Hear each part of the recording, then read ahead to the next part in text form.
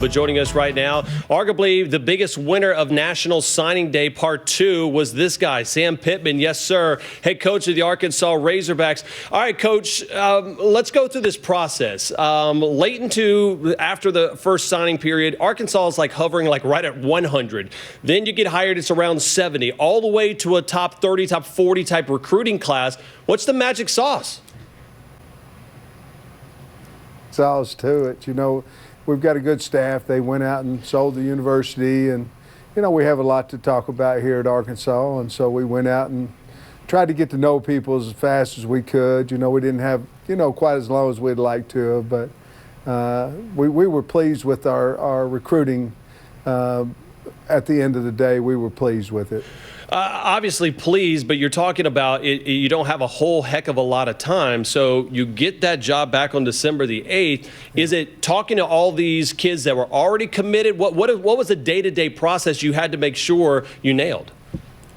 Well, early on it was just trying to get whoever liked us, to be honest with you, at any position during the first signing day. We had 4 days, and so we were trying to get that done. And then, we made up some ground over Christmas because, we were able to get on the phone with kids and talk about our program to them. And then, of course, we had the three weeks that we could go out and see the kids. So that made it, well, I guess it was more like 2 to see the kids. And that made up quite a bit of difference at that point because we had already, at that point, built a relationship with them.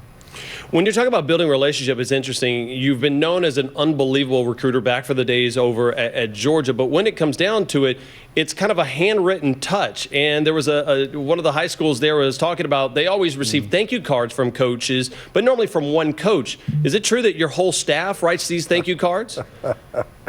Well, we have 37 people in our staff meeting every morning at 7:30, and it is true that we write 5 notes a day, each person in there, and there's powerful in a handwritten note, and people will read a handwritten note more than they would even a text or something of that nature, email. So we do it. It's just part of who we are, and we enjoy it. When you look at that, I look at what Kirby has built over in Athens, and it's about a $700 trillion recruiting budget, right? Everybody wants to have that. But when you go to a Hunter Yurachek and say, hey, I want to change these things, I want to be the head coach in Fayetteville, I want to win the West, what are you asking him for to help bridge that gap? Well, right now, everything that I've asked for, he's been able to give to me. I wanted a budget so I could hire good recruiters, and he gave that to me. Planes, we have access to 2 planes here, and so that's not a problem getting fast to different places we need to go at any point in time. And so those are the 2 things that really are the biggest situation in recruiting is can you get there and do you have the people when you land to land recruits? And so those 2 things he gave me, and right now that really worked out well for us. Yeah, and I think that's why Razorback fans are so fired up to see a top 30 class after such a quick turnaround. We asked this question on the Paul Feinbaum Twitter account earlier today. When you're recruiting a kid, are you telling him, I want you to come play for Sam Pittman, or I want you to go to the University of Arkansas? What should a kid actually be committing to, the school or the coach? Well, he has to like the coach, but he needs to commit to the school. And in our case, we try to sell the state. We try to sell that we're different because we have no pro teams here, and we have Arkansas State, but we're the Power 5 school, the SEC school in the state, and so we're trying to sell all that kind of stuff. But the bottom line is we're saying come play for the state of Arkansas. It's just different. And when they come here and they see a basketball game or something like that, they'll see we hope and we think a different passion from our fans than they might elsewhere. I was going to say Bud Walton Arena. You go to Baum Stadium and watch Dave Van Horn's baseball team. I mean, it's absolutely, and even Courtney Deifel, the way she's done softball right now has been great. Mike Neighbors as well too. Hell, Sam, y'all just got it rolling in Fayetteville. You're the next guy, right? Well, we sure hope so. We think so. But you're right. Our other programs are doing so well, and we just got out of a head coaches meeting today, and to sit around with all the quality coaches that I was able to be with today was really impressive, and they're all doing really well.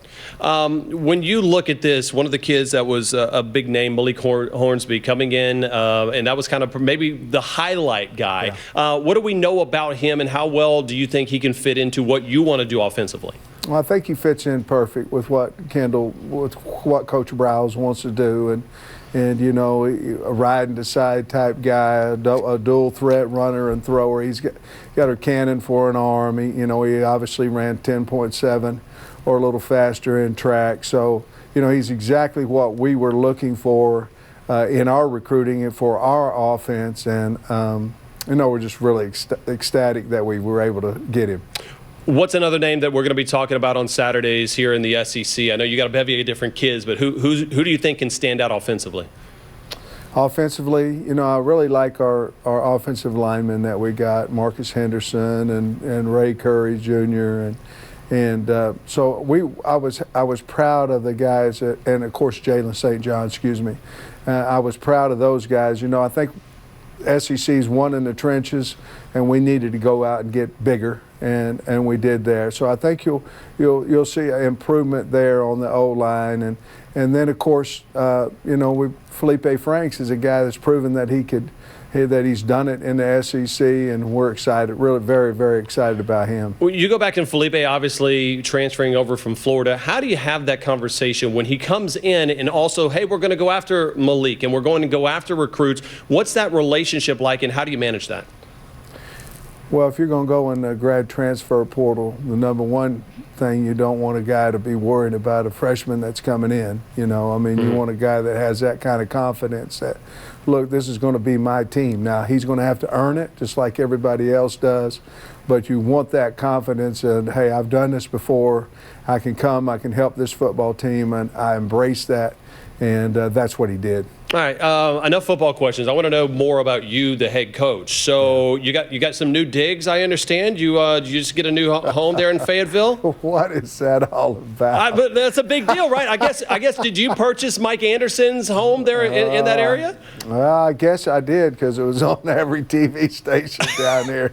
But is that kind of crazy, though? Because I'm going to get into these Vegas trip rankings in a little bit. But when you look at that all of a sudden you're on the spotlight, right? You're now a spotlight guy that people want to know about, whose house you buy and where you're at on these Vegas trip rankings. I got you as high as number 5 on my Las Vegas trip rankings, Coach. Is that fair? No, I don't think so. I think you got me a little lower. Once you get to know me, I think you'll move me up a couple of notches. Oh, so you think you should be higher? I got Lane Kiffin coming at 1. I mean, listen, I felt like he was untouchable for Lane, right? But that makes sense. I have to give you that one. So you're saying you should be over Derek Mason, Mark Stoops, Dan Mullen. You should be higher than 5?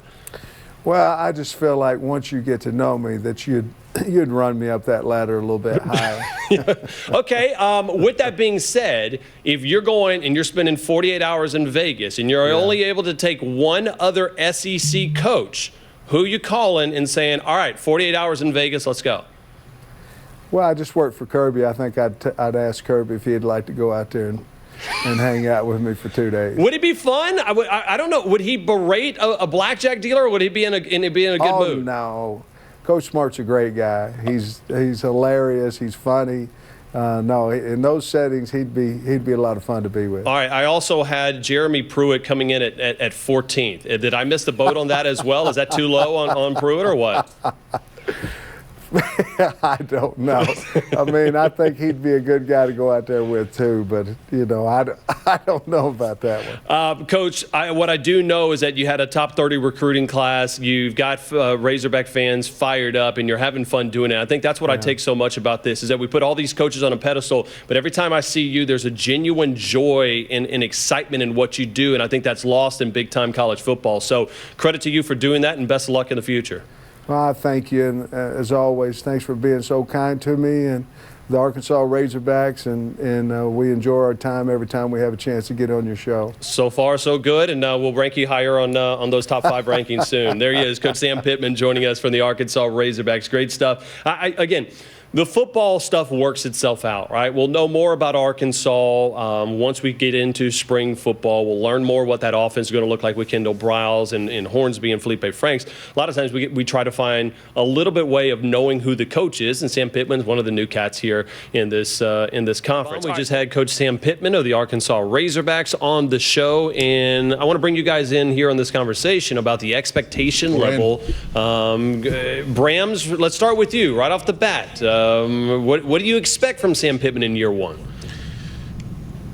I expect him to somehow. I have to look at the schedule if we grab that, but I expect him to win an SEC game. Right. You know, I mean that's got to be the baseline at this point. It's sad that it's come to this if you're Arkansas, but just win an SEC game at this point. And let's look at the schedule here, and I think.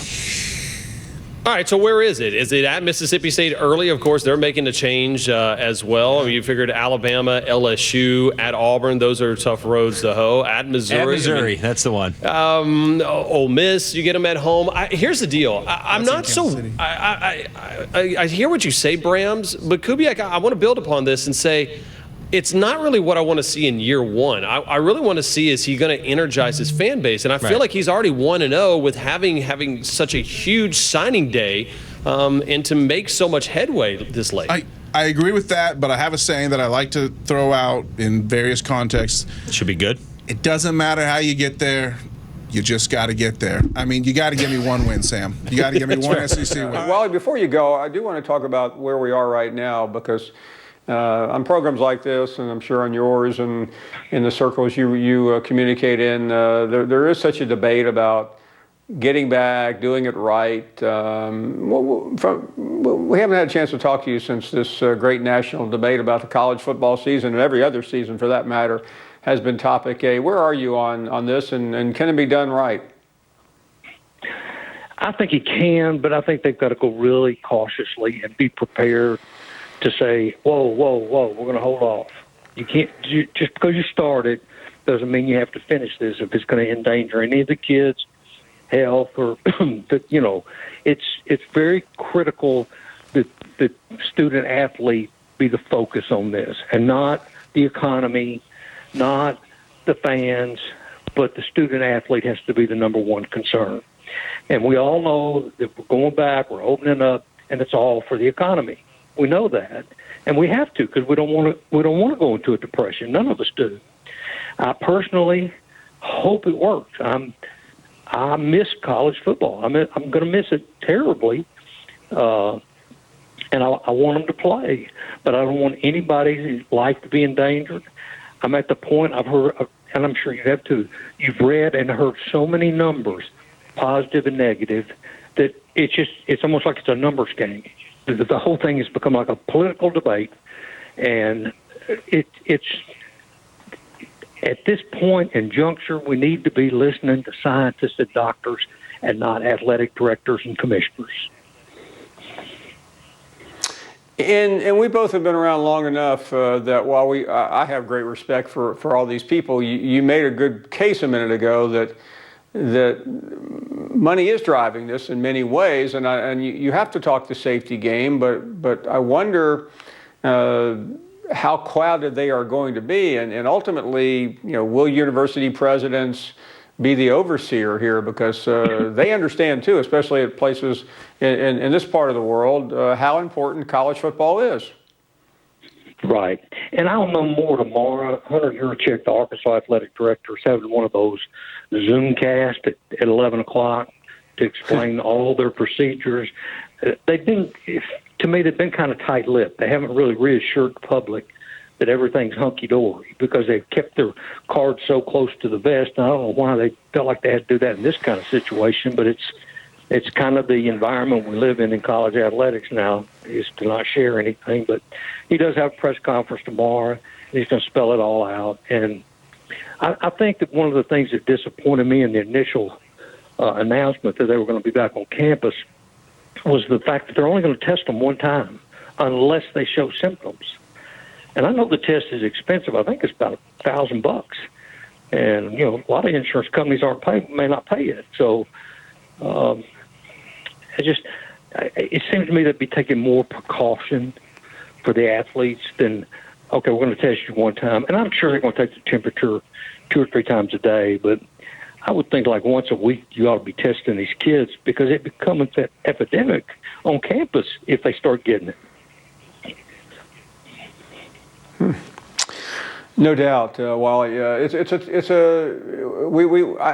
thought, and you've probably thought we've seen pretty much everything there is to see, but we may not have seen anything yet as we begin to swim toward this college football season. Wally, thanks for sharing some stories about Eddie and your perspective on the season, and we will be in touch very soon. You be well. And our next guest has a resume that is absolutely extraordinary. We'll try to shorten it, but our next guest is Governor Asa Hutchinson of the state of Arkansas, serving his second term as a young man. He was appointed the United States Attorney under President Reagan, one of the youngest U.S. attorneys, maybe the youngest in the country. He's also served under President Bush as the in his cabinet as an undersecretary. He's also been at the DEA. He's just been an amazing career. And Governor Hutchinson, it's so great to have you on. I know it's a busy time in so many different ways, but we value your time, and we'll save the questions about how good the Arkansas Razorbacks will be for later. Good afternoon. Good afternoon, Paul, and it is great to be with you. It's great to talk about hopefully some aspect of sports.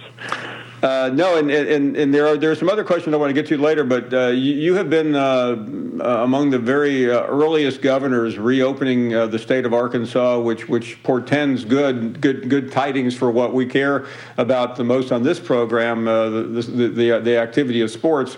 I'm interested in, since all this began in March, what you've gone through and some of your thought processes as well in getting the state open.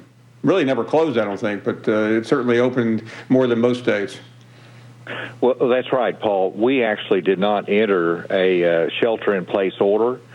We kept our retail shops open, and we had a targeted approach to, the face-to-face or at-risky businesses. We did put restrictions on, and so we were in a better position to open up, and we started May 4th, opening up, lifting some of those restrictions. And so our economy is going to come back quicker because we never did totally shut down. Now, we've been gradually lifting the restrictions, and one of the areas is looking at team sports for the summer. And we first opened up our gyms. We put some restrictions on space and social distancing in there, but that allows us to, June 8th, actually, some of the athletes can come back to campus and start doing individual training consistent with the public health guidelines. So we have taken it very, very seriously, but we also understand that it's just not consistent with the American psychic to be sheltered in place, be homebound. You've got to live, and we've got to be able to manage ourselves through this crisis and manage the risk. And part of that is how are we going to bring in-school classroom back next year on our college campuses, and that includes what kind of a sports world we're going to have. Governor, I think I'm moving to Arkansas because where I live, the gyms are still not open. So if you can hook me up, I'm on my way. I'm interested, though, because while so much concern was going on up and down, and listen, this is a serious situation, and I know I've heard many interviews with you, and you've never made light of it. You've had so many prominent positions in Washington, in Congress, as well as now as a two-time governor. But how has it gone? And I'm sure you had to be concerned about being as aggressive as you've been. But tell us the story of Arkansas. Well, I mean, right now we have one of the lowest per capita caseloads of COVID here in Arkansas. Our hospitalizations are less than 150. So there's more than sufficient hospitalization space. So we have, and we've had two peaks actually. Early on in April we had one peak, and then we see it sort of rolls through the state. And so now actually in Northwest Arkansas, which is the home of the University of Arkansas campus, those are two counties that we've actually had an outbreak, if you will, where we've had an increase in the number of cases, but it's still a very manageable load in compared to much of the other country. And so we're watching it very closely, and what we have to do is to do our social distancing. We have to protect ourselves from exposing others and adding to the spread. And so we're really emphasizing that part of it, and we're going to have that social distancing until we have a vaccine for this. And of course, that's what we're anxious for, because that gets us back to normal. But until then, you actually have to have that social distancing to stop the spread. We actually had a protest, of course, for the terrible tragedy in Minnesota, and it was interesting watching the protest. It was up in Northwest Arkansas, and 90% of the protesters had masks on. And so it shows that some of the message is getting through to take this seriously. Governor, I want to just ask you a question about that. I mean, as somebody who was a U.S. attorney, the head of the DEA, who was part of President George W. Bush's first Homeland Security team in the cabinet and as an undersecretary, you have such an interesting perspective on the world and this country, both internationally and here. As you sit back and see this in your own state and certainly across the country, I'm really curious what must be going through your mind. Well, we've never lived through anything like it. Of course, I was in Homeland Security after the 9/11 attack, and so it was a little complicated, but it was also a very simple message, and that is, you got to stop terrorism. You got to stop them coming into our country and destroying us or hurting us. And here it's a much more difficult task to manage, even though it's the same national security issue. You've got a virus that is invisible. You've got changing dynamics every day through this, and the message is a little bit more challenging to Americans, because here, instead of being active and doing something, we're saying you've got to slow down and stay at home. Or your business has got to have limitations on it. And so what we're seeing now is totally contrary to the American spirit. And it's hard on people, and there's a limit as to how much that can happen. And that's why, my perspective is that we have come to the point in America that we know we've got to manage the risk. We can't eliminate the risk.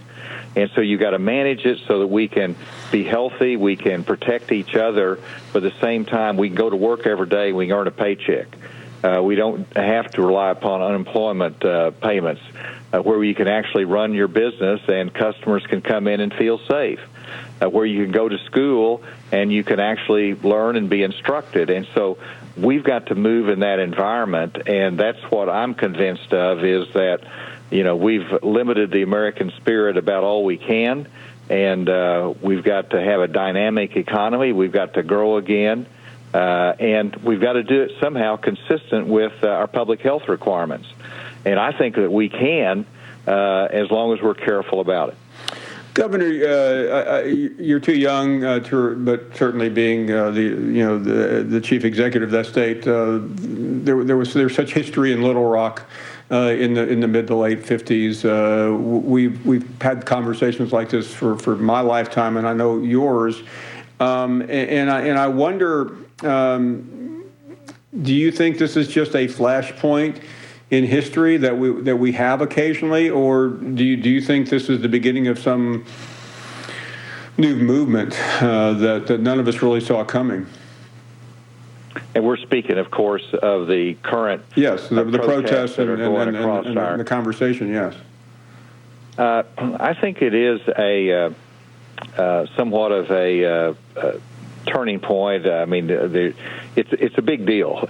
It's not just because of the terrible tragedy and the death that was totally unnecessary, and it was a homicide, and people saw that visibly across the country, and the fact that they have seen it repeatedly over the last 10 years in different instances in different ways, it's like it's to the boiling point. It's to the we've got to figure out some way to change, and that's the challenge: is how do you change things where it is more equitable and equal justice, and we're not afraid of each other, and those ingredients, and so I identify and understand the passion of the moment, and the fact that this has been ongoing for multiple days, mostly in peaceful fashion, and it's troubling whenever we see destruction of property. We're facing some of that here in Arkansas, and we're doing everything we can to prevent that, to recognize the peaceful protest, but we're not going to tolerate this destruction of property that is un-American and just simply wrong. But I hope that we can have better conversations. I hope that we can look at better solutions, and I do see this as a moment that people genuinely expect a change, and it starts with training. It starts with accountability. It starts with that conversation that's we have to have. Governor, let me end with where we began on the progress in your state and how it relates to what we do here. This is a sports show, and we get a lot of calls from Arkansas fans, and they not only want to see college football in September, and they're excited about the new coach. They want to go to games. Is that going to be possible? Well, we're counting on it. Now, I think the size of the crowd will be the debating point. But Hunter Yurachek, our athletic director at the University of Arkansas, he's on my economic recovery task force that's looking at how we can reopen and lift restrictions. And so sports is a big part of it because it's a big part of our economy, and as well as the social life. And so they're coming back. They're working out starting June 8th. They're going to be training because you have to train before you can really start back in a more serious practice. We're going to have to wait to see where we are in later June and in July to see how much we can open up in August when we need to have the long practices and start the schedule. So I think the intent is that we're planning on having football and sports next year. I think the question is, what are we going to do health-wise?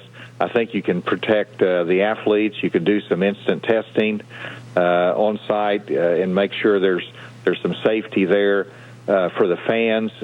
I can envision social distancing limitations. I think the fans are going to come out unless they feel safe, and that's going to be diminished, but I think we are going to be able to accomplish football next fall. That's good news. Governor, I know so much is going on right now in this country and in your state, and for you to make time for us has been very helpful and informative, and we really appreciated it. All the best, and hope to see you soon. Paul, I've got two grandchildren, one grandson that plays college ball, one that plays high school basketball. And so we got to get sports back. We got to get through football so we get to basketball. Exactly, Governor. Thanks so much. All the best, and really appreciate your time. All right, thank you. And on Tuesday night, a protest rally was held in Fayetteville as well, following the death of George Floyd last week in Minneapolis. Several thousand different people attended the protest, including Arkansas head football coach Sam Pittman. Coach Pittman addressed why he chose to attend. Felt like in my heart I wanted to go. I want to support our football team. I want to support the protest. And you can do a lot of things. You can take a picture for somebody to show. You can do whatever you want. But actions are strong.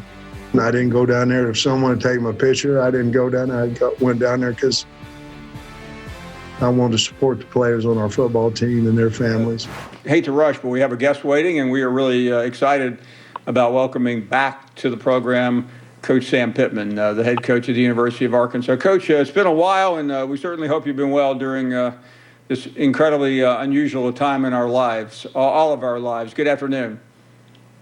Good afternoon, Paul. I sure appreciate it. We're doing great here. and thank you for asking. Well, I know you're probably glad. I don't know what the laws are, the rules are in terms of bumping into your players, but I'm sure you're glad to see them back on campus. I'll tell you one thing, Paul. It's awful hard to be a coach when there's nobody around to coach. So we're so excited that they were able to come in. You're right, but we certainly can't watch them or anything of that nature. But we can see them walk in the building, and we're awful happy they're back. How do you feel right now in terms of? I mean, there's a lot of things that they have to go through, and I know that you're there to be the coach, but you also want to make sure that this goes well, so we can get to the next step, which is playing college football. Well, I agree with you. I think obviously we have to be very, very conscious of the virus, and we kind of look at it a little bit different. We're acting like each one of them have it, and we don't want to give it to somebody. This is me, look at me. I don't want the virus. I don't want the virus. We're kind of approaching it differently, as in we don't want to give anybody the virus. And it seemed to work. We have to stay our distance, keep our mask on. But the kids did a really good job with that today, and certainly our coaching staff is as well. Coach, just in terms of the season, there's a lot more I want to talk to you about when we get through this subject. It's different already. I mean, we've all gone through such an unusual time in our lives these last 3 months. How are you approaching the season, having lost the spring and being a first-year coach? That's not really the optimum situation. Well, first of all, I think the SEC and the commissioner listen to each and every one of us coaches, and obviously I think they're sensitive to, we weren't able to have spring ball, and I think we're going to be able to do some things about that as far as possibly getting some walkthroughs and things of that nature as we move forward. That certainly would help us.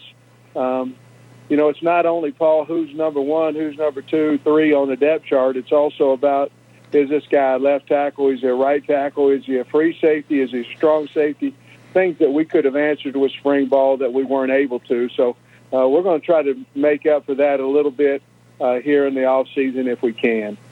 Well, I know, if and when we get to media days, probably the first question is going to be about the quarterback situation. I know you're probably you're feeling a little better about that than maybe you were on the day you were hired. But what can you tell us? I mean, other than the obvious, you've got an experienced player coming in. Well, I think, Paul, honestly, right now that's huge for us, especially with no spring ball. To get a guy who's competed at a high level in the SEC is very beneficial to us, not only with his talent but his leadership qualities. And so we're awful happy to have Felipe. Obviously, we have KJ Jefferson there that's going to battle for that job, and of course we signed Malik Hornsby, who we think is going to have a bright future here. So I think Kendall Briles has done a great job of recruiting quarterbacks, and as we all know, it's very, very difficult to win without one. Talking to Sam Pittman, the head coach at Arkansas. Coach, we've interacted about things over these last 3 months that I never thought I'd be asking a head football coach about. Approaching a virulent disease that's become a pandemic, and now we have another situation in our country that we're all aware of and we're all talking about, and that's the aftermath of what happened 2 weeks ago today in Minneapolis with George Floyd, and so many people from across the world have spoken out, including athletes, including college athletes. I'm interested in your view and what conversations you've been able to have with players on your team about this important issue. Well, we certainly have addressed our football team, and there are people here that they can communicate with, all of us here. We needed their voices to be heard, and I'm talking about all our kids, everybody on our football team. I was able to go down to the Black Lives Matter protest here last Tuesday night, and I didn't tell anybody. I didn't say, hey, let's go shoot this video, let's do this, the show. I did tell our football team, and because it was important to me. And we try to do things not in necessarily a flashy way, but in what we believe is correct and what we believe is right. Coach, you're at an age where you think you probably have experienced enough to formulate opinions, but I'm interested if I could take you back, and that's something that we did not know about. When you were at that Black Lives Matter gathering last week, I'm interested what you were thinking about and maybe what you learned. Well, it was very powerful. First of all. And what I was thinking about is supporting what I believed in and supporting our players and their families. And again, I went down there with a lot of our staff members and several on our football team. And it was just very, very powerful, very humbling. We took a knee there, and it was 9 minutes. And to realize how long that is was certainly brought a lot of emotions as you're kneeling there for nine full minutes. But the bottom line is, I want to support our football team and support what I believe in and support our families. In terms of the future,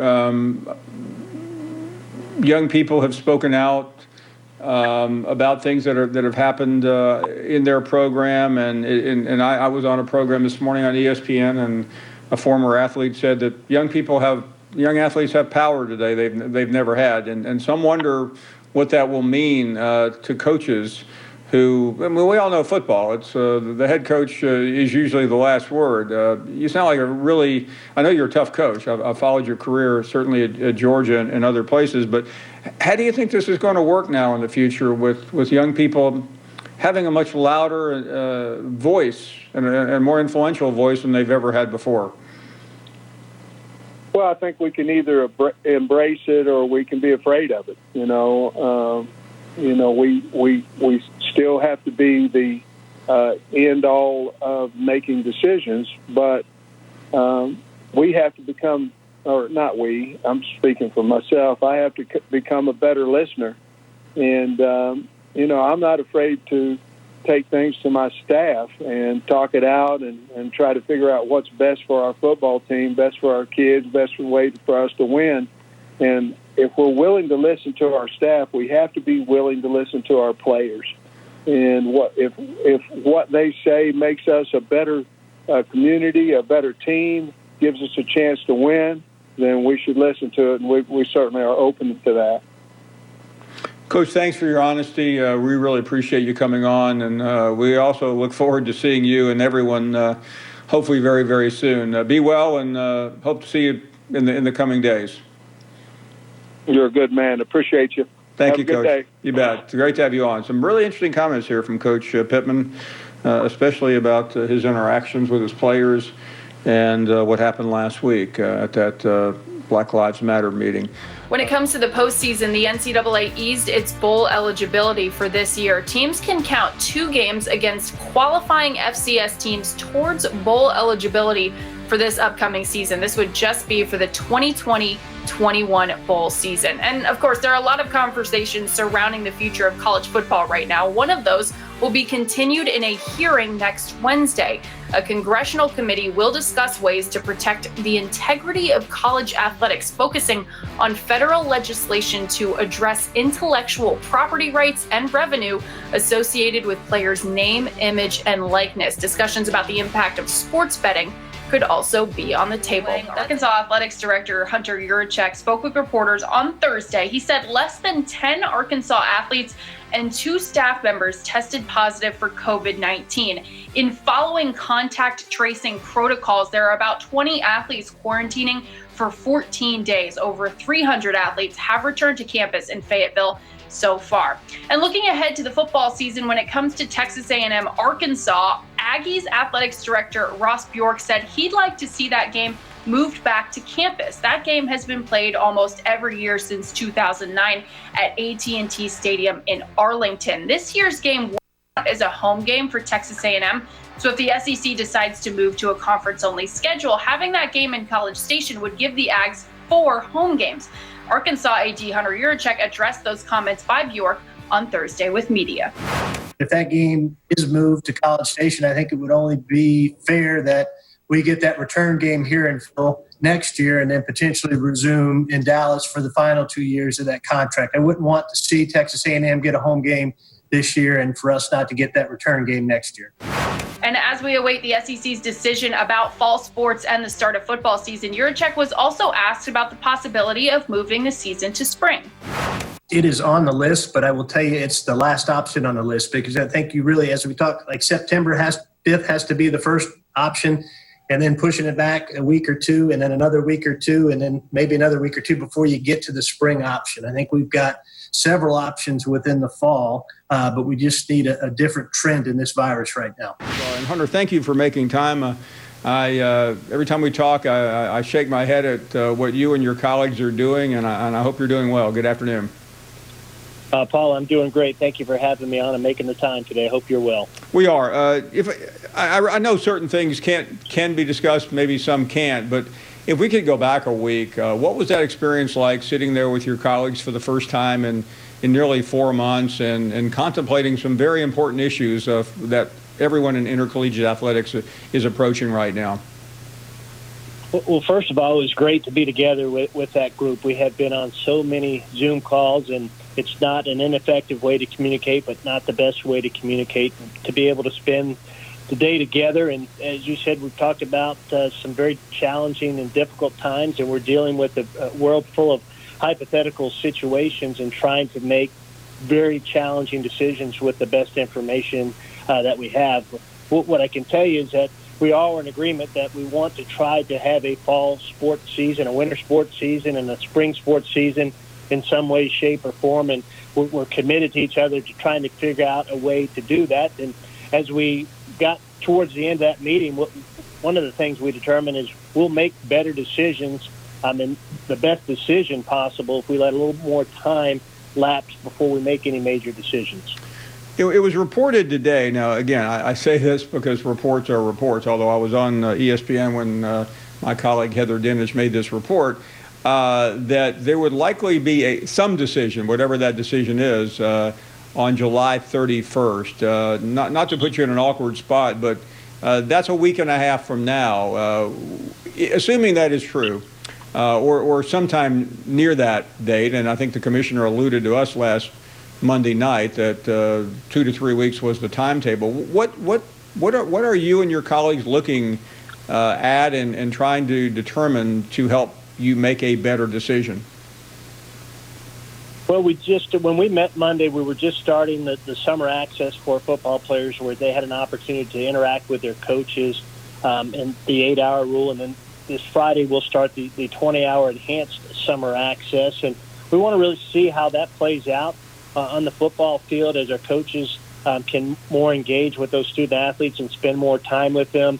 There's some more across the line of scrimmage interaction. Obviously, no one's in pads, but going on air and things of that nature. And what does that look like? And it also gives us some time, Paul, as I watched some Major League Baseball games on TV last night, as I watched golf tournaments, as the NBA starts their season later this week, to see how those things develop and kind of flush themselves out as the professional sports teams continue to come forward and start playing again. Hunter, I know if you only look at numbers, they're fairly depressing, but in terms of what you just got through mentioning, and like every sports fan, I'm watching the same thing. Call me crazy, but there are a lot of positive stories out there, are there not? There are a number of positive stories, and the professional leagues are just the start of that. I was talking to Coach Musselman before I jumped on this call with you, and we're talking about the number of AAU basketball games that he watches on his computer over the weekend and how those games are going on. I've got colleagues whose sons and their daughters are playing travel volleyball or softball or baseball or youth sports, and we talk about sending these kids back to school. Many of these kids that we're talking about sending to school are out playing sports. There's not testing going on. They're not wearing masks. There's not extensive protocols like we have here in the Southeastern Conference. And I think those are all positive stories that may be overlooked. You've got the professionals that are starting back. You've got youth sports that have been going for several weeks now. And I think we've got to figure out a way how college fits in there as well.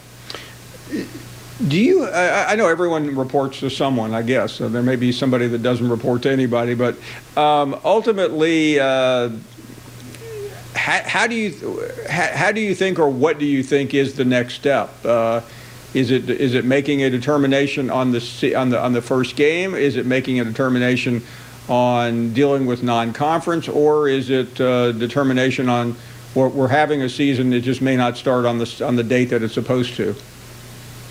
I think we've got to eliminate option number one. Paul, first and foremost, has to be the first decision that's made about college football, and option one is a season that starts on September the 5th for the University of Arkansas, with us hosting Nevada. And if that's not going to be the option, then what does that next option look like? But until we eliminate what option one is, which is a 12-game football schedule with 4 non-conference games and 8 non-conference games for Southeastern Conference members, we've got to eliminate that option before we move on to the next option. And I know you still have your non-conference games on the board. Am I correct? Nothing has changed. Nothing has changed, Paul, with our football schedule to this point. And are you comfortable right now, regardless of what you see up and down the television networks, and it's scary sometimes to watch the news, that the testing protocols, or whatever they are enough to satisfy you, your administrators, and your coaches? There are. I mean, I'm in a unique situation, Paul, where I've got a son that plays football here at the University of Arkansas. I've got another son that's a graduate assistant on Sam Pittman's staff at the University of Arkansas. I have a son that plays high school football. And I feel comfortable with each of them, 2 of them playing football in high school and in college, and one being a part of a staff that coaches football because of the protocols that are in place. And, right now we have 315 student athletes currently on our campus. All of our athletic facilities are open now, representing 19 sports programs, and we have 1 active case within our student athlete population. And is there a specific protocol on testing, Hunter, that every whatever day, or is it how does that work? For us right now, the advice that we took from the SEC Medical Task Force and for our own medical task force is we're leaving the test to the people in our community and our student athletes and staff that are symptomatic. We have not tested on a weekly basis asymptomatic student athletes, and mainly because as these voluntary workouts are going on, we're able to socially distance our student athletes in our weight rooms and on their playing fields. Now, that will change as we begin practicing for football and soccer and volleyball, where there will be some weekly testing. And then I think you saw the protocol that came out, the recommendations from the NCAA, along with the Power 5 conferences, where they'll be testing a minimum of 72 hours prior to competition for football in your fall sports. And I think you'll see some testing that will occur on a Friday night or Saturday morning, some rapid response testing prior to competition as well.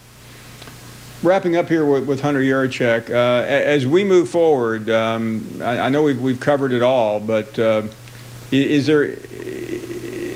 I mean, it doesn't seem like, and you correct me, that you see very much right now. Not to put words in your mouth, but you don't sound like you see very much right now that is going to stop a college football season.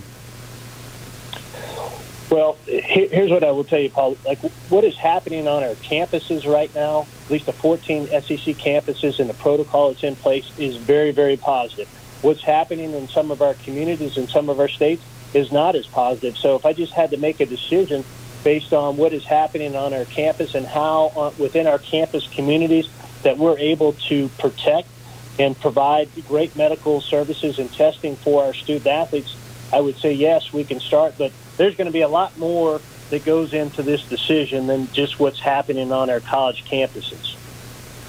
And how much does the other side of this affect it? What I mean by that is is what's happening in your communities and in everyone else's communities. Because while we had we had your governor on not too long ago, and he laid out a very interesting protocol, and he seemed moderately pleased at the time. He was a little more pleased than maybe he is now, but he seemed really upbeat on the reopening. But as you know, there are some problem states. There are, I will tell you from a University of Arkansas standpoint, I had my weekly meeting with Chancellor Steinmetz this morning, and he wants fall sports and football to help level our campus and return it to a sense of normalcy as our students return in August for on-campus education. And I know that it's important to our governor to have Razorback football. It's important to the economic impact across our state, not just on our campus. Razorback, the Arkansas Razorbacks, we're the flagship institution, and people come from across this state to attend our games, and it's really important. And I think just to the overall morale of our state and to the southeastern region to have college football. Hunter, I appreciate it. I know none of these questions are easy, and maybe even really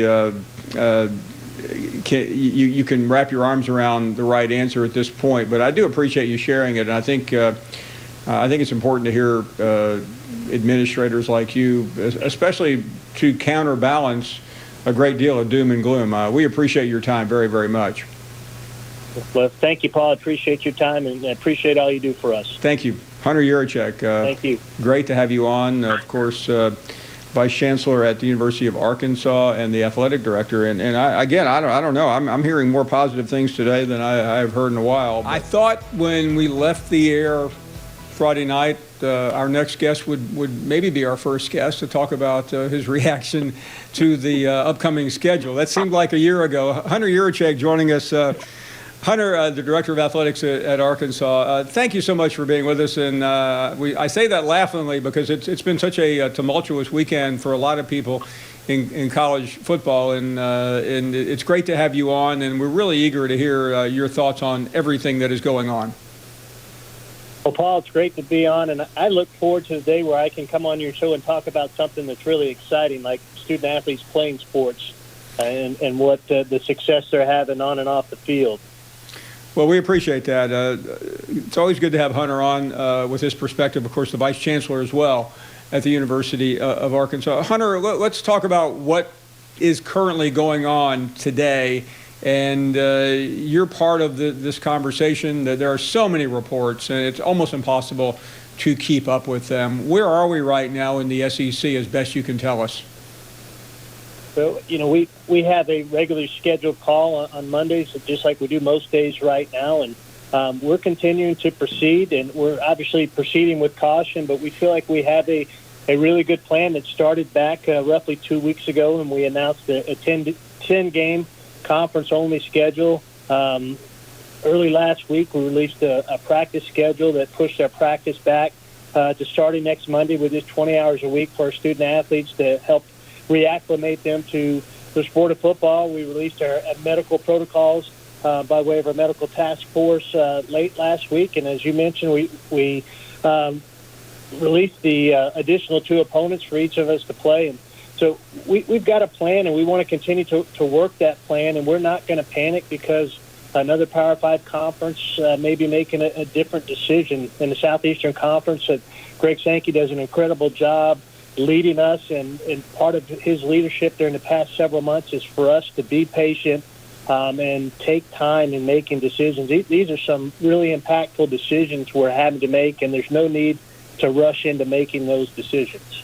And I know you can't speak for anyone else because you've been in other conferences, and you know there are different protocols, but one thing we've heard from various people is that, including the MAC, and we're going to talk to the commissioner a little bit later on, is that they're learning. Everyone's learning something new every day, and there are more concerns today than there were yesterday. You addressed that earlier today in a tweet, even talking about your own son, which you mentioned to us a couple of weeks ago. I'll let you answer because I would never want to put any words in someone's mouth, but the indication was you still feel pretty good about the protocols and where we are. I do, Paul. I'm not a medical professional. I like to say during this time I'm an AD, not an MD, and I lean heavily on our medical team here at the University of Arkansas, as well as our SEC Medical Task Force, and I believe they've met and put together a really good plan for our student athletes, a plan that we've technically been implementing since June the 8th. If you look at our testing right now for our football program, we have 0 active cases and we have 0 football student athletes currently in quarantine on our campus. And we're ready to get started with practice next Monday. Now, that can continue to change, but our student athletes, Coach Pittman and I meet with them on a regular basis. They want to play, and not just in the sport of football, but that goes for women's soccer and volleyball. And I know the focus right now is on football, but I do have a son that's on the team. I have another son that started high school football practice last week. I have a son that's a graduate assistant, and my wife and I both feel comfortable with them participating based on what we know. Hunter, there has been such a reaction from the players, as you know and everyone knows. It's impossible to miss. As someone who's heavily involved, you already laid out your own kids playing college football and being involved in high school football and elsewhere. What is your thoughts or in relation to what we're hearing from players from coast to coast around college football about wanting to play the game? But I think it's they have found here in the past several months that they have a voice, and they're coming together with that voice, not only to tell their AD on their local campus what their thoughts are, but to have that voice heard nationally, and I think in the right way. And I think sometimes they're as organized as student athletes as we are as administrators, and I really admire what that movement means across our country and their student athletes and their voice being heard. And that's why I put my tweet in support of them early this morning, because I believe the We Want to Play movement is the right thing right now. That could change 2 to 3 weeks from now, and I may change my opinion on that, Paul, based on some additional information that we may receive. But I'm really proud of how our student athletes nationally are coming out and expressing their opinion on this. Hunter Yurachek with us, Vice Chancellor and the Athletic Director at the University of Arkansas. Hunter, I know what you said at the beginning about not panicking because someone else has a different opinion, but certainly you've been in this industry a while. You know that many things do need, or at least seemingly need, to work together. In the event that we lose a couple of conferences, and the Big Ten speculation is out there, there's a report out this afternoon that the Pac-12 may not be far behind. I mean, where does that leave college football? Because there is so much on the line with not only playing, but having a structured toward a championship that could be shattered if these reports are indeed true. Yeah, it leaves college football in a really tough spot, Paul. And, I early on I read some articles about the Spanish flu of 1918, and I'm sure you have done the same.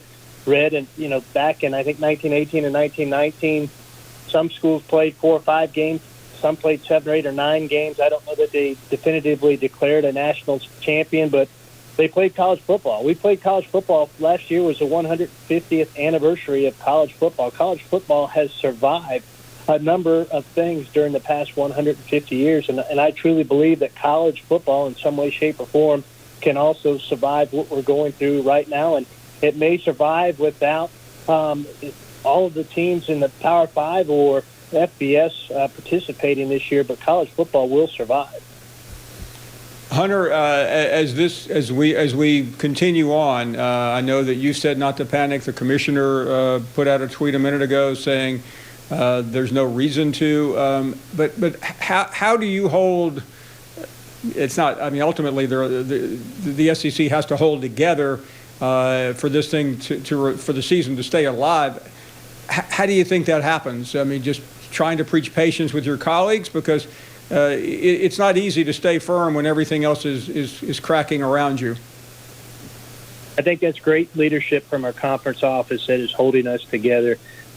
We don't always agree on everything when we're in a meeting, on a Zoom call, whatever the case may be, that we're gathering as leaders of our 14 SEC institutions. But when we end that meeting, we're all on the same page and all together, and all believe that we've made the right decision for the health and safety and well-being of our student athletes that we each represent, and for our conference moving forward. And I credit Greg Sankey for keeping us on the same page as far as that goes, because we don't all agree. And We represent 11 different states, and we all have our own challenges with this virus right now within our states and on our campuses. But Greg has done an incredible job of keeping us all on the same page since March the 11th. Hunter, thanks for coming on. I was going to ask you repeatedly about Auburn's schedule, Arkansas's schedule, and you mentioned it the other night. So let me go ahead just for fun and get your reaction to what Arkansas ended up with. I know your fans were not very happy. You put out what I would call a diplomatic tweet saying it's the hardest schedule in history. What was your reaction Friday when that was announced? Well, I called Coach Pittman, and I said, well, we're going to take Barry Odom on the University of Missouri reunion tour, and then we're going to take Felipe Franks to the Swamp for his reunion tour, and then we're going to welcome the Georgia Bulldogs to Razorback Stadium for the Sam Pittman reunion tour. And it's a challenge for our football program and where we stand right now. But Coach Pittman's done an incredible job creating a belief in those student athletes that anything is possible. And I think our young men are excited about that challenge. And it is a challenging schedule. I mean, we take Notre Dame off the schedule and replace them with Florida. And then we take Louisiana, Monroe, and Nevada off the schedule and replace them with Georgia. We have a challenge ahead of us, but it's one that we'll step up and try to meet that challenge as well as we can. It could have been worse. Somehow they could have added Ohio State and Clemson, but they pretty much did already. So, Hunter, it's good to laugh because there have been too few lately. But thanks for coming on. We appreciate your optimism and your passion for the game, and we hope to continue this dialogue for some time. Thank you very, very much. Yeah. Thank you, Paul, for your support of college football. Have a great afternoon. You bet. Hunter Yurachek, the Vice Chancellor and AD at the University of Arkansas. 4 new coaches in this league, and they all get a nasty opener, folks. Arkansas, Sam Pittman got a nasty schedule in general, but they have Georgia to start off his tenure there. Mike Leach, this ain't the Pac-12 anymore. Welcome to the SEC. At LSU to start off things. Eli Drinkowitz. Drinkwitz has Bama coming to Como, and Lane Kiffin gets Florida. Yes, indeed. Welcome to this conference, but I guess it's just a little taste of what these guys are going to be in for in their entire head coaching careers in this league. There aren't many bye weeks, many easy weeks, many layups, are there, guys? It's brutal, Dari. I mean, brutal. No, not at all. Can we at least, let's at least give these guys, let's at least give them a little, hey, welcome to the league. We're happy for you. We're so excited for you. We know you're going to do amazing things at each one of your respective universities. The unfortunate thing is all 4 of you are going to start 0-1. So it's tough, man. It's a tough league, and they are definitely swimming in the deep end of the pool to start their careers there. Yeah, I think overall Arkansas got the rough end of it because they're going to have to play Florida and Georgia at some point throughout the year. That's going to be really tough. But early on, I think Eli Drinkowitz got the tough part of it. But the best thing for him is that he's able to build his program from scratch. And, I think they're going to have a rough first year, but overall you have time. You'll be able to improve it. And they're doing some really great recruiting, and I'm definitely rooting for them because I got some really close friends on that staff. So go Mizzou after week 1. I'm going to go with Arkansas here as my surprise team. Bear with me because I know people are going to say, well, wait a second. They added Florida and Georgia to their schedule. What are you talking about? And they haven't won an SEC game since 2017. But I think that's why it's a surprise. It can only go up from here for Arkansas. I like Sam Pittman a lot, and I think the fact that Barry Odom is their defensive coordinator is huge. Maybe overlooked a little bit, too. Then you've got Felipe Franks, who, by the way, is going to be super motivated for that Florida game if he does, in fact, win the starting quarterback job. And Sam Pittman, game 1 against Georgia, really familiar with those Bulldogs. So watch out for Arkansas this year. Let's see what happens. Woo pig, Dari. The schedules themselves difficult for everybody. How difficult? How about this? According to the Football Power Index, the 13 toughest schedules in the country come from the SEC, and Arkansas ranks as the toughest in all of FBS. The Hogs followed by Mississippi State, South Carolina, and Ole Miss to round out the top 4. Arkansas and the Razorback faithful has been very vocal about ever since they saw that it was Georgia and Florida added to the schedule. How do you do that to us? My goodness, Sam Pittman, good luck, right? I mean, I can't believe it. It's just unlucky. And if you look at Arkansas, you go to A&M. You're not playing in Dallas this year. You go to College Station, have to take on the Aggies. Then you follow it up by playing Tennessee at home, and that's supposed to be your easy. Hey, we'll take care of that. What's at home? Tennessee, like I said, I have high hopes for them and high expectations for them. And congratulations, you have to go to Gainesville and play against what might be the best team in the SEC East. And then, you know, if that's not enough for you, you play in the Battle of the Boot against the LSU Tigers. So, I mean, it's a brutal 4-game stretch for Arkansas and Sam Pittman. But honestly, the expectations don't need to be too high. Let's take it a little bit at a time and hope that they can build on maybe a surprise victory or two in that stretch. Let's go from LSU to Fayetteville, Arkansas. They've got a new defensive coordinator in former Missouri head coach Barry Odom. How do you foresee that working out in Arkansas? Yeah, I think that was a huge hire by Sam Pittman. Number one, you've never been a head coach, and then you go to be a head coach in the SEC, in the Wild Wild West, at a place that's really, really down. I think Barry Odom was just an incredible hire for Sam Pittman. Look, people don't realize this about Barry Odom. He was a very successful defensive coordinator. He cut his teeth as a coordinator at Memphis back in the early 2012, 13, 14 range. When he got there, they were 105th in scoring defense. 3 years later, when he left, they were 5th in the country in scoring defense, which really is the only stat that matters. But the players will play hard for Barry. He understands what Sam needs. He has sat in that seat. And let's be honest, when you look at that defense from last year, they didn't communicate. They were not in the right spots. Build a foundation, Barry. Get the players in there. It's going to take a while to get the right players to plug and play, but put them in the right spots. Let them communicate, and you can exponentially be better on defense just by doing those two things, and he'll do it. And we welcome you back. We continue through the program, and it's been a really good one, and we cannot wait to talk to Coach Sam Pittman next. He is joining us live from Fayetteville. And, Coach, it's always nice to talk to you. Thanks for making the time, and how's everything going? Oh, it's my pleasure to be here. It's going great. We're into practice, going to have a scrimmage tomorrow, be practice 7, and it's been a lot of fun. Well, I know there are a multitude of questions. You may have the answer, you may not be able to give us, but the callers that we get from Arkansas, when are you going to share with us your starting quarterback? Whenever Kirby Smart shares with us who his starting quarterback's going to be at Georgia, you know, I don't know.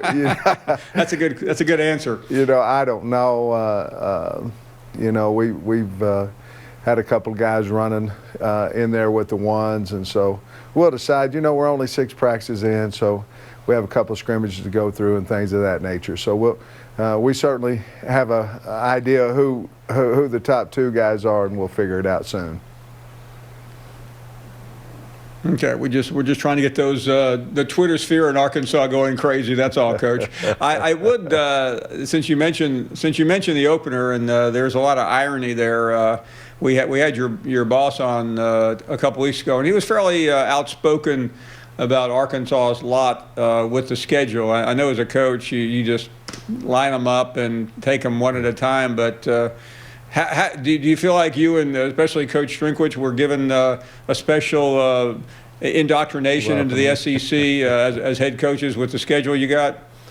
You know, Paul, when I got the job, I said we're in the SEC West, exactly where we belong. So it's kind of hard for me to say we're where we belong, but yet, dang, I don't want to play Florida and don't want to play Georgia. So we're part of the SEC. They're part of the SEC. The draw is a draw. The great thing is I'm going to get to open with Georgia again, because this will now make 5 years that I was at the opening game with the University of Georgia. So it is what it is, and certainly we're looking forward to it. Well, Coach, I think the last time we talked to you, the subject was more, will we have a college football season? So at this point, I would imagine you don't mind whatever the schedule is, do you? No, really, we wanted to play. Our players have worked awfully hard. They want to play. We need to play, and obviously under safe conditions. But we feel very comfortable with what the SEC's done in that category, and So we're just moving forward every day. Our players are working extremely hard. I've been really proud of them. And I know, I mean, getting ready for your first game as a head coach is challenging enough, but I would like to talk for a moment because this has been such a difficult 5-6 months for everybody in this country, if not the world. But in terms of trying to make sure that this is a safe environment, how taxing has that been on you and your staff? Very, Paul. I mean, we've spent more time probably on safety, COVID, our players, than we have on football. And I mean, I'm just being totally honest with that. However, it's worked. You know, we've been pretty free of COVID-19 here, and so it was well worth it. Obviously, we know if we aren't able to stay safe and stay fairly COVID-free in our building, it's going to, you know, be a problematic for having a season. Coach, I know that there's enough challenges, as we've alluded to, but just from a day-to-day standpoint, how comfortable is it for you to, to get used to this job, but also have all these wires around and all these safeguards that it's almost like not tripping over a booby trap or something, I would imagine. Well, I got introduced to an electric whistle, and what that allows you to do is have it in your hand and you don't have to take your mask off. So they're thinking of everything possible, but as far as the kids having the face shield on, and yeah, you're concerned all the time. And of course the meetings are certainly quite different because we're meeting in the indoor so we can have adequate space for safety purposes. So that's different as well because you can't quite hear, you can't interact with the kids as well as you like to because they're so far away from you. But we have to adapt, and that's what we've done. And a problem's only a problem until you fix it. And so we felt like we're doing the right thing, and we're comfortable with what's going on right now.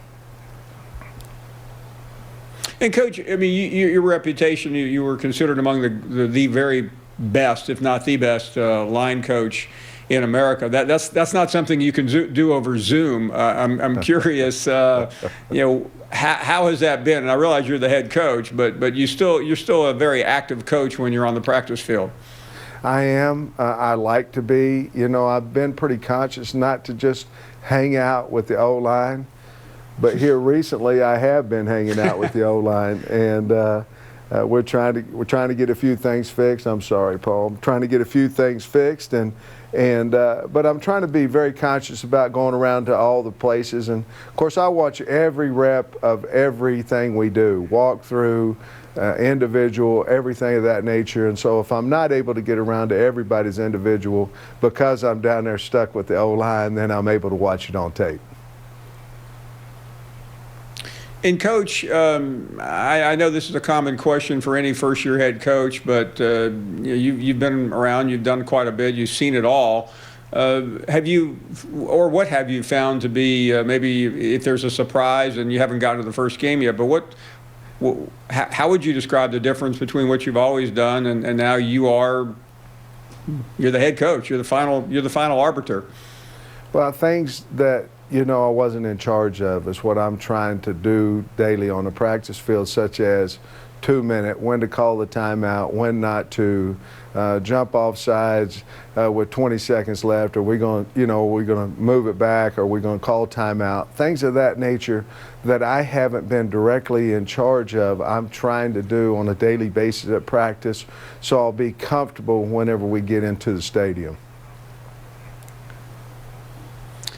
I know we should be normally around the corner from the season. We're still 4 weeks off, but I would think as someone who has gained such a reputation and has now finally moved to that position, I'm sure you always thought about and maybe wondered whether it would happen. What are your thoughts as we inch closer to that time when you will walk through the stadium as the head coach at the University of Arkansas?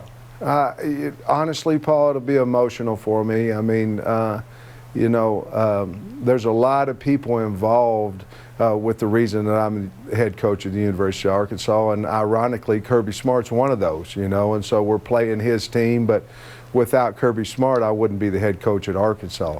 And so there's so many people that got me to this point, and then you have to move forward and say, hey, you're hired to do the best job that you possibly can for the University of Arkansas and the state of Arkansas.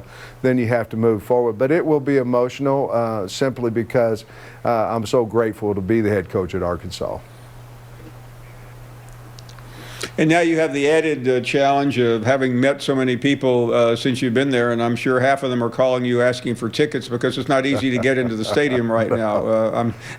Not at all. What's that been like? Hey, I got some friends that they'll say this is so and so, and I'm going in my mind. I'm going who? But I don't want to be disrespectful. Hey, how about a ticket to the Alabama game? And I'm saying, Lord, we got nine games before that game. But yeah, there has been a lot of friends that I don't really remember they were my friend, but I'm finding out that they felt like they were mine. Well, I don't need to tell you what Arkansas is like, but I've been there enough times, and people look to the head coach as one of their own, and you are that. And not only that's every head coach, but you happen to be maybe a little more collegial than some. So that could be your biggest challenge, Coach. I don't know how to advise you on that, other than just to say sure. I'll get right back to you. They treat me here like somebody I'm not. I'm just an old country kid from Grove, Oklahoma, and everybody treating me like I'm somebody else. But I have enjoyed that part of it, and I have enjoyed when we were able to go out and meet the fans of Arkansas. They're really special, our state's special, and I'm proud to be here. Well, Coach, we're always proud to have you. It's always fun. I mean, I think people are pulling for you because of your history and your story, and you've done a great job of winning everyone over. All the best. And it seems like the season ought to be next week, but over these next 4 weeks, hopefully we can talk again very soon. Hey, Paul, thanks for asking me on your show. I appreciate it. It is our pleasure. Coach Pittman joining us from Fayetteville with a lot of his new friends. And that is a real challenge for every coach and athletic director with so few people being allowed in the stadium. Those calls will be fast and furious. We'll take a short break. Back with much, much more as we continue right here. See all these sacrifices I make. It's for a reason. You ain't never going to finish anything if you don't start it. Just go to work. Go to work. All the hard work pays off. That's why I work hard. No days off. Just work your move. Bam, bam. There you go. One-on-one basketball right there now. Balance. Bam! There it is. That's good rep. Fade. There you are. Balance. Bam! There you go. This is what it takes come on. to be great. All right, good way. Go get it. Gonna be great. All the hard work pays off. That's why I work hard. Got it, baby. Nice ball, Malik. Get his base now. You lift him up, he got to go inside with his base. Hit. That's it. Indy. That's it. That's how you go to work, man. Let's get to war. Talk about some storylines in Fayetteville. How about welcome to being a head coach in the SEC. Coach Sam Pittman took over the job as a head hog early December, right into the fire, right? 7 of the 10 opponents this year ranked in the preseason AP Top 25 poll. The good news is he's bringing home some coaching talent. Kendall Briles joined the Hogs with a track record of success at jump-starting offenses. And, of course, we know Coach Barry Odom, who's been a head coach here in the conference for the last 4 years for the Missouri Tigers, now the DC. And it's not just new coaches as well, it's new players. Felipe Franks, who showed flashes of brilliance with the Florida Gators before getting injured last year. His transfer to Fayetteville will give that position some stability going into the season, and Hog fans are excited about that. And, of course, they are pumped to have this guy back because it's some great help when you can hand it off to Mr. Rakeem Boyd. Hogs leading rusher for the last 2 seasons, prime for another monster year after rushing for over 1,000 yards in 2019 and racking up 8 trips to the house. So joining us right now is the head coach of the Arkansas Razorbacks. And Here we go. We're talking with Coach Sam Pittman. I wanted to ask the first question, but right now we had Roman Harper said no. He was coming in, Coach. He's that excited. So, Roman, take it away, my friend. Coming in hot over here. So, Coach Pittman, tell me this. So, in your very first interview, in your introduction to being an Arkansas football head coach, you talked about instilling confidence in your players, that they had to believe in themselves to win a game before that could ever happen. Yeah. Could you kind of explain that process, especially with a whole bunch of new faces, new coaches, and everything like that? Well, I think you have to find good. We're trying to find good reps, good going to class. We're trying to find anything that can build confidence. And I ask our coaches to be the loudest they possibly are at practices when we do something good. And then when we do something wrong, then we need to teach it, we need to correct it. But if we see something good, and it could be something as simple, which is a big deal, as transition on and off the field, because that's how we're getting our conditioning for that practice. And by the way we practice. So we're trying to build confidence on seeing something good. We're not talking about building confidence because it doesn't work that way. You can't just tell a guy how good he is. He has to see on tape that he's doing things better. And when he's able to see it along with us, I think that builds confidence. And so we've certainly been trying to do that, and we've been talking a lot about mental toughness. I think you have to be mentally tough before you can be physically tough, and we're progressing rapidly in that area as well. Coach, you talked the importance of seeing tape. You guys are about 7 practices in, got a scrimmage coming up. With that said, a lot of people want to know about Felipe Franks and what that quarterback room is going to look like. What have you seen so far? You know, he's been a tremendous leader for us. He's bought into what Coach Browse is teaching him and bought into our offense. You know, along with KJ Jefferson, I've been really pleased with him too. I think he's done a really nice job. But Felipe's been everything that we thought he would be coming in. He's very bright, has a very strong arm, and has leadership skills. Obviously led a couple seasons there at Florida. Now, Coach, everything I've read about you was everybody's hyped about your recruiting skills. Now you're being a head coach. You're not on the road anymore. Do you miss it? Do you want to get back out there? Are you anxious about it? You know, I do miss it because I love people. I like the interaction and meeting different folks and all those things. And obviously every great recruiter, and I'm not saying I am, but I'm saying every great recruiter has that personal touch and that personal relationship where they, you know, kind of get it where a kid really can't tell him no, that they, you know, it's impossible to say no. And I do miss that part of it. I do miss the parents, things of that. I miss seeing the coaches in the schools and just things you can't do. You're sitting around in your office, and of course we've all been sitting around now. Well, yeah, but now you're doing it as a CEO, right, of a unbelievable program that has a lot of success. Let's flip that because you have a defensive coordinator in Barry Odom who's been in that role. What's that relationship, and how much have you leaned on Coach Odom as well to navigate these new waters? A lot. The relationship, you'd have to ask him how he feels about me, but I love him. And we go on two-mile walks every day at noon and sometimes 11:30, but we go on walks and I run things by him. Sometimes it's football. Most of the time it's football related. Sometimes it's personal. But he's been a wonderful addition to our he's a great coach, but he's a better man. Coach, now you're an offensive line coach at heart. Now, when you bring in a guy, an offensive coordinator like Art Browse, how does that really mesh together? He's more of a wide open, throwing the ball all over the place, where you want to pretty much line up and smash mouth guys, I assume. Well, Kendall is, you know, he's in the world of fast pace. Obviously, we're not completely fast paced, but he's in the world of that. And sometimes, you know, where I was into a true Mike world, where's the safety world, all those things, and I had to get everybody a hat on a hat on a hat. I had to realize that if you're going this type of pace, that sometimes you're going to miss an ID, you're going to miss a safety rotation, things of that nature, and you just live with it. So that probably was the most difficult thing for me, just saying, okay, sometimes you just have to live with it, and sometimes you're not blocking them all and the back spitting for 5, 10, 15 yards. I think we're more of a running team than what people might think. I do love the fact you got Kendall Briles coming, you've got Barry Odom right there. I want to go back, last question about with Barry Odom on these 2-hour walks that you're taking right now. If it's not football, what are you actually talking about?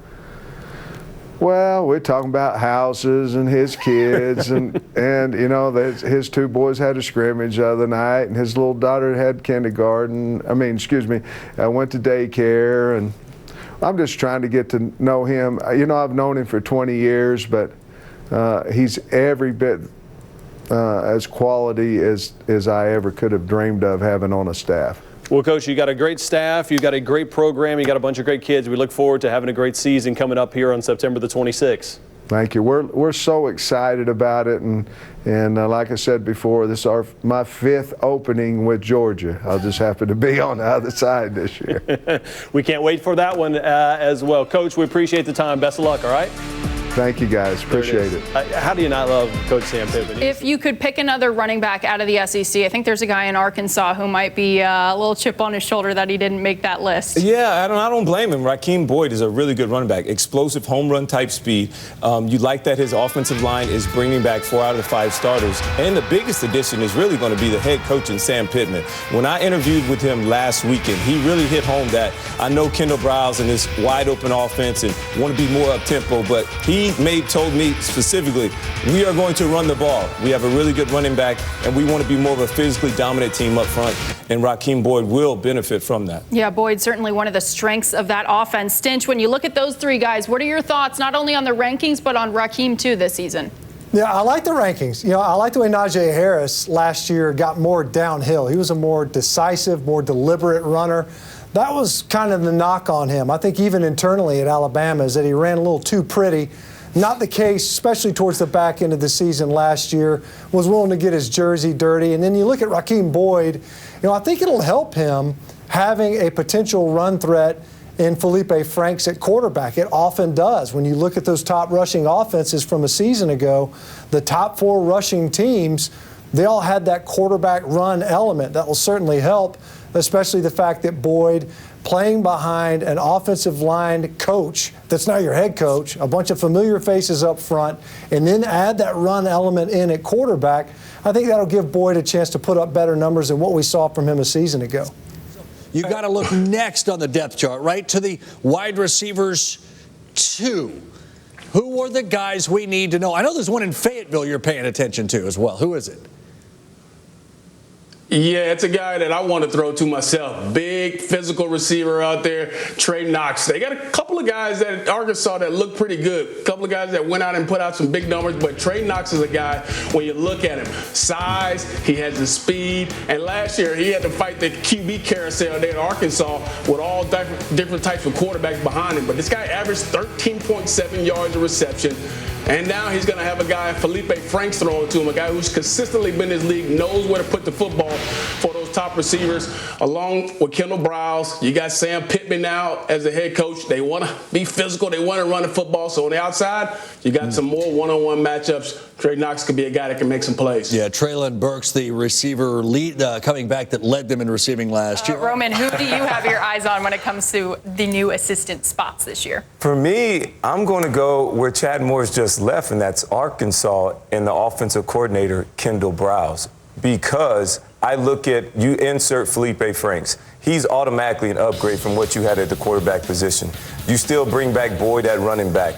I really like they got 3 deep at receiver. All these guys made plays for them last year. They just need more opportunities. I think Felipe Franks can give that to them. Also, with Browse opening up this offense, I talked to Coach Pittman. He said they're still going to run the ball. So that means when you open it up, that allows more rushing lanes for the running back. But now when everybody starts to pack the box, we're able to use these one-on-ones and let Felipe Franks make great decisions with the football and get your receivers the ball in space. I think Arkansas, you will not really be able to see the gap or the improvement in wins and losses. But when it comes to numbers and stats, this offense will be much, much better and much improved than what they were last year. Roman, I love it, man. I think you are an offensive guy at heart, man, because you can talk to offensive side. So I think you're bound to be an offensive guy in your other life. But I love the fact you talked about the consistency they will have on all those different positions, from quarterback to running back. And you know Sam Pittman, he's going to make sure they're down and dirty and really knocking some people off the ball. So I was a offensive quarterback guy in you high are, school. Bulldog guy that you have. So I love it.